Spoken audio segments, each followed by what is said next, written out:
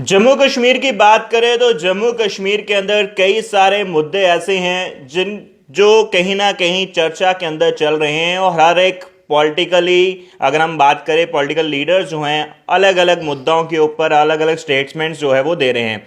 और मैं आज की बात करूं तो आज हमारे साथ नरेंद्र शर्मा जी हैं, पीपल डेमोक्रेटिक पार्टी के मीडिया कोऑर्डिनेटर हैं डिस्ट्रिक्ट के। और इनसे बातचीत करेंगे क्या कुछ उनका कहना है और जम्मू कश्मीर के अंदर जो बर्निंग इश्यूज़ हैं उसके ऊपर एक कैसे विचार रखते हैं और इनकी जर्नी के बारे में भी हम जानेंगे किस तरीके से ये सियासत में आए हैं। इन्हीं से बातचीत करेंगे। सर बहुत बहुत स्वागत है आपका सच न्यूज़ नेटवर्क पर। सबसे पहले मैं बोनी जी आपका और सच न्यूज़ नेटवर्क का शुक्रिया अदा करता हूं कि जिन्होंने आज हमें टाइम दिया अपने लोगों से रूबरू होने का। इसके लिए आपका बहुत बहुत शुक्रिया। सर मैं सबसे पहले जानना चाहूँगा पॉलिटिकली आपका जो करियर है ये शुरुआत कहाँ से हुई, लाइक आपकी जर्नी के बारे में मैं चाहूँगा आप थोड़ा सा जनता के साथ शेयर करें। सर जब हम स्कूल टाइम में और कॉलेज टाइम में थे तब भी एक दिल में था कि चलो लोगों के लिए कुछ करें। उसके बाद सर मैं चला गया, आपको बता रहा हूँ कि मैं चला गया फॉरेन में। मैं यूरोप में रहा कोई 5 साल। उसके बाद मैं यहाँ पे आया और यहाँ पे आके मेरे को वैसे ही भगवान की तरफ से नेचुरली मेरे में अंदर में ये था कि मैं लोगों की सेवा करूं। जितना हो सके हम करते थे।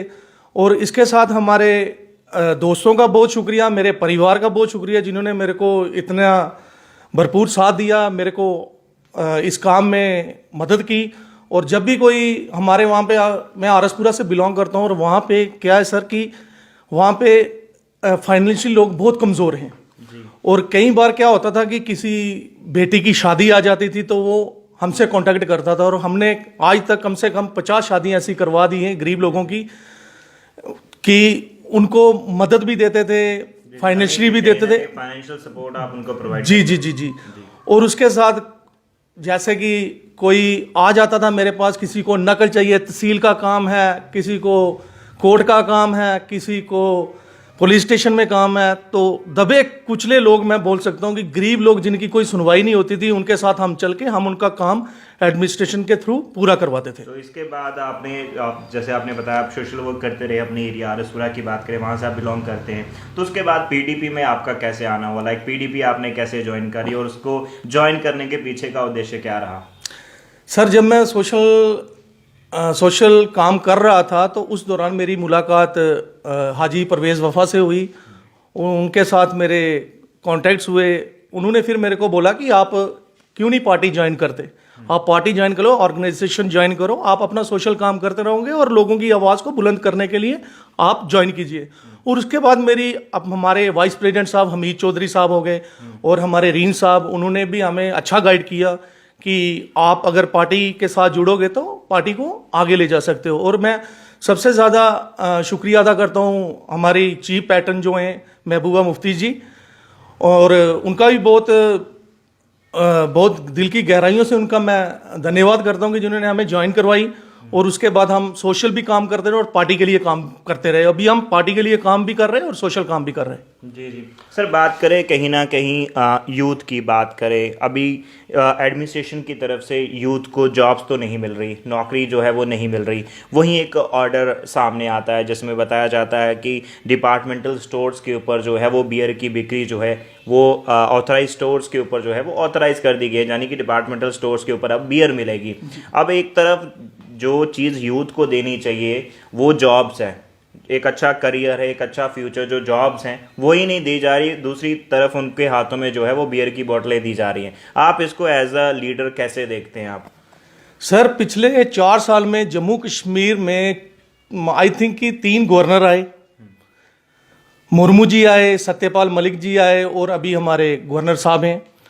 और सर इन्होंने कभी भी यूथ के ऊपर बात नहीं की। यूथ के लिए नौकरियां नहीं है, करप्शन इतनी बढ़ चुकी है कि जैसे आपने पीछे देखो एसआई स्कैम जो था उसमें एक करनैल सिंह नाम का एक मेडिकल ऑफिसर सामने आया जिसको कल परसों की न्यूज़ है कि जिसमें उसको अरेस्ट किया सीबीआई ने। और करप्शन इतनी बढ़ चुकी है कि यूथ जो है जम्मू कश्मीर का वो अभी पढ़ लिख के बेरोजगार हो चुका और सिर्फ जुमलेबाजी वाली सरकार चल रही है अभी। जो कभी कोई बोल देता पकोड़े तल लो जी, पकोड़े बना लो, ई रिक्शा चला लो, ऐसे थोड़ी यूथ चलेगा। यूथ माँ बाप ने इतनी मेहनत करके लाखों रुपया अपने बच्चों पे खर्च करके एमएससी कर दिया, किसी ने किसी ने एमएससी कर ली, किसी ने बीएससी कर ली, ग्रेजुएट बंदे दर बदर हो रहे, कोई नौकरी नहीं है, कोई कुछ नहीं है।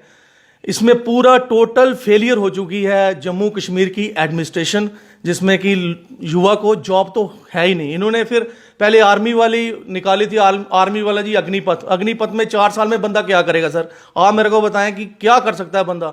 वो शादी करेगा 4 साल में, कितना पैसा कमाएगा, कौन उसको लड़की देगा? आज का जो टाइम है, आज मैंने पीछे पढ़ा क्या जो हो रहा है कि जम्मू कश्मीर का युवा सबसे ज्यादा अनमैरिड है पूरे ऑल ओवर इंडिया में। और आप बताएं कि यहाँ पे किस बंदे के साथ अग्निवीर से कोई लड़की शादी करेगी? ये भी एक मुद्दा है सर। 4 साल में कुछ नहीं हो सकता। जो बंदा पहले 15 साल नौकरी करता था, जो देश के लिए जान निछावर करेगा, उसके लिए 4 साल, ये बहुत अच्छी बात नहीं है। मैं यही बात कहना चाहता हूँ कि टोटली फेल है एलजी एडमिनिस्ट्रेशन इस मसले में। बात करें, आप आरएसपुरा से बिलोंग करते हैं और पीडीपी के अंदर आरएसपुरा को आप रिप्रेजेंट करते हैं। आपके एरिया की बात करेंगे, क्या लगता है आपको आपके एरिया के अंदर कितनी डेवलपमेंट हो पाई है? क्योंकि आप एज अ सोशल वर्कर भी काम करते रहे हैं, अभी पीडीपी के अंदर भी हैं। और आरएसपुरा के लोगों की बात करें, वो क्या आपसे उम्मीद लगाए हुए हैं कि नरेंद्र शर्मा जी जो हैं पीडीपी के अंदर हैं, तो आरएसपुरा को ये गिफ्ट जो है वो मिल सकता है, ये डेवलपमेंट हो सकती है? क्या कहेंगे आप? सर, आरएसपुरा को रिप्रेजेंट कर रहे हैं, इसमें हम रूरल एरिया में आते हैं। हमारे वहाँ पे अभी मैं आपको बता दूं कि अभी चावल की धान लगी हुई थी, उसमें क्या हुआ कि नहर टूट गई सर। मीरसा में नहर टूट गई, उसके बाद फसलों को पानी तक नहीं मिला। इतनी बुरी हालत हो रखी है फसलों की, ऊपर से बारिश ने किसान को तो टोटली कंगाल कर दिया हुआ है। किसान के पास जितना उसने अपना पैसा लगाया था, वो मेरे को नहीं लगता कि वो पैसा पूरा होगा। हम भी किसान हैं, हमने भी अपनी ज़मीनें लगाई हुई हैं, लेकिन सिंचाई के लिए सर पानी नहीं है। जब ज़रूरत थी पानी की तब नहीं है। अभी आके 20-25 दिन के बाद, महीना लगा के उसके बाद अभी पानी जा रहा है। अभी पानी की ज़रूरत नहीं, ऊपर से मौसम ख़राब चल रहा है, फसलों की बुरी हालत है। और आप जाके आरएसपुरा की रोड देखिए सर, रोज़ के रोज़ कम से कम 10-12 बंदे का एक्सीडेंट हो रहा है, बुरी हालत है। ये पिछले 1 साल से रोड का काम चल ही रहा है। मीन्स कि 1-2 तो डेथ हो गई पीछे, लेकिन सर उसके तरफ भी कोई एडमिनिस्ट्रेशन का कोई ध्यान नहीं है। इतने प्रोटेस्ट हुए, बहुत लोगों ने किए प्रोटेस्ट, लेकिन उसका भी कोई हल नहीं। अभी आप जाके देखेंगे बुरी हालत है उस रोड की। तो साथ ही मैं ये कहना चाहता हूँ कि कोई 4-5 साल पहले हमारे गलियों में, मोहल्लों में काम लगा, ठेकेदार तबका जो है, कॉन्ट्रैक्टर जो है, अभी बिल्कुल जीरो हो चुका है। कोई काम नहीं चल रहा, कोई कुछ नहीं, सिर्फ रोड बना रहे सर। तो बाकी मैं यही कहना चाहता हूँ कि हमारे लोग, आरएसपुरा के लोग जो है, वो सबसे ज़्यादा कुर्बानियाँ, जहाँ तक जम्मू कश्मीर की बात है, सबसे ज़्यादा कुर्बानियाँ आरएसपुरा कॉन्स्टिट्यूएंसी ने दी हुई हैं। ओके, तो लास्ट में मैं चाहूँगा, जम्मू कश्मीर की आवाम जो आपको देख रही है, आरएसपुरा के आपके लोग देख रहे हैं, क्या मैसेज आपका रहेगा उनके लिए? सर, मेरा मैसेज यही रहेगा कि गवर्नमेंट को जल्द से जल्द इलेक्शन करवाने चाहिए और लोगों के नुमाइंदे रिप्रेजेंट जो है उनको आगे लाना चाहिए। गवर्नमेंट को चाहिए कि जल्द से जल्द इलेक्शन करवाएं और जो लोगों की बुरी हालत हो रखी है उसको कोई हाथ थामने वाला हो उनका।